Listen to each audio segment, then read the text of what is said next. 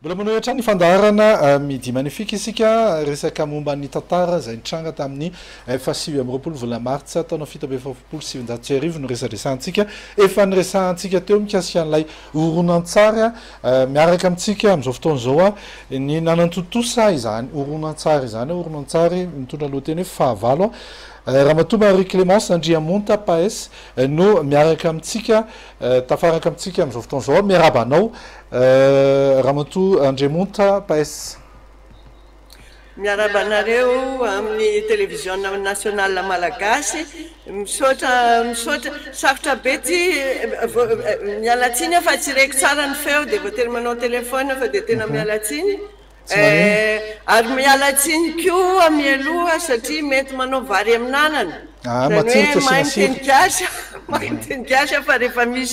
misy fiteny momba ny film horonan-tsary izy ianao indraindray sarotra amiko ka dia indraindray dia mba mindrana teny frantsay na anglisy. Ya, ono inona natonga anao nanao an'ilay horonan-tsary dia ao anatin'ilay tantara hoe fahavalo iza moa zany ny fahavalon'iza ao anatin'ilay tantara?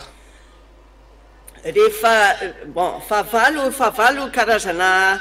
provocation kely manao an'io satria manaitra ny sain'ny olona hoe konga reo fahavalo mahery fo reo fa tsy fahavalo akory zay mihitsiny ny antony zany hoe sahala amin'ny isan-taona misy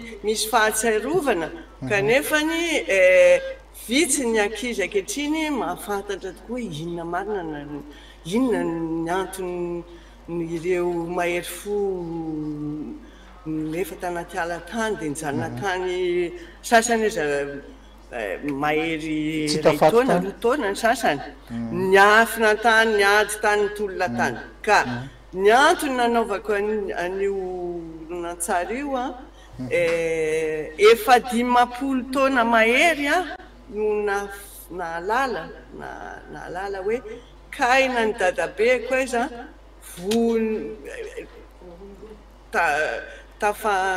tafahondra izy ny olona anatin'ny gadra tamin'ny fianaran-tsoatany tsisy olona ny teny 10 taona mahery tsisy olona ny teny tsisy olona ny resaka an'izany sahala hoe menamenatra ny olona ny Madagasikara satria na ny gadra na ny tolona na tseky hoe menatra sa matahotra sady menatra no matahotra tseky ny antony tsy haiko marina fa mino fa tsy ilaitsika no mandinika ary miresaka ary manontany momba n'io tantara io satria sahala manakina ny fiainantsika andavanandro ankehitriny manakina rehefa misy zavatra tsy fantatrao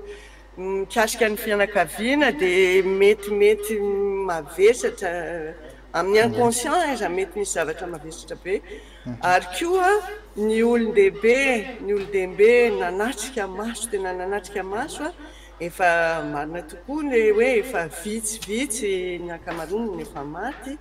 kanefa any ambanivohitra any mbola misy olona mbola misy reny olon-dehibe mbola tsy nitantara mihitsy ny zavatra hita masony ary tsy mety adinina le tena ny zavatra tadiaviko dadabe bebe mba teneny mba tantara hoe inona ny zavatra tsy mety adininao. Zay zany ny tena antom-pisian'ilay horonan-tsary tamin'iny aiza ho aiza ny mety hoe ahitana zany ny horonan-tsary io firy minitra ny faharetan'ilay horonan-tsary? Zany hoe le horonan-tsary amorony reo lalam-by any Madagasikara reny moa no tena nisy ady mafy be dia tamin'iny mandidiny iny lalam-by fianaran-tsoa Manakara ary Taninarivo Ambatomanga Tamatave teny zay no nanao nakasa nakafeo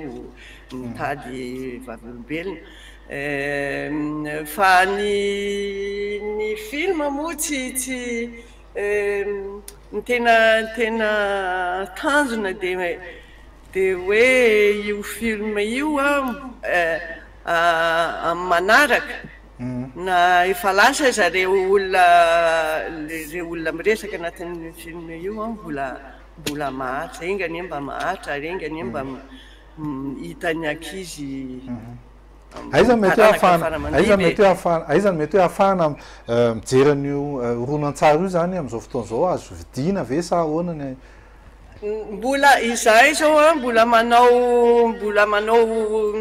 ny finition zany hoe mbola manao an'le sous-titrage satria amin'ny teny gasy moa le izy ary misy fiteny tanàla Betsimisaraka Antemoro Betsileo de voatery atao mazava tsara le traduction amin'ny teny frantsay sy teny anglisy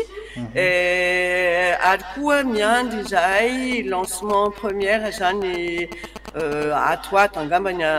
manaraka volana mai juin na septembre farafatarany ny première mondiale fa mbola miezaka mafy izahay hanaovana première any Madagasikara miaraka amin'io première mondiale io zany hoe hoan'ny ahoana moa fiteny cinéma miteny gasy sarymihetsika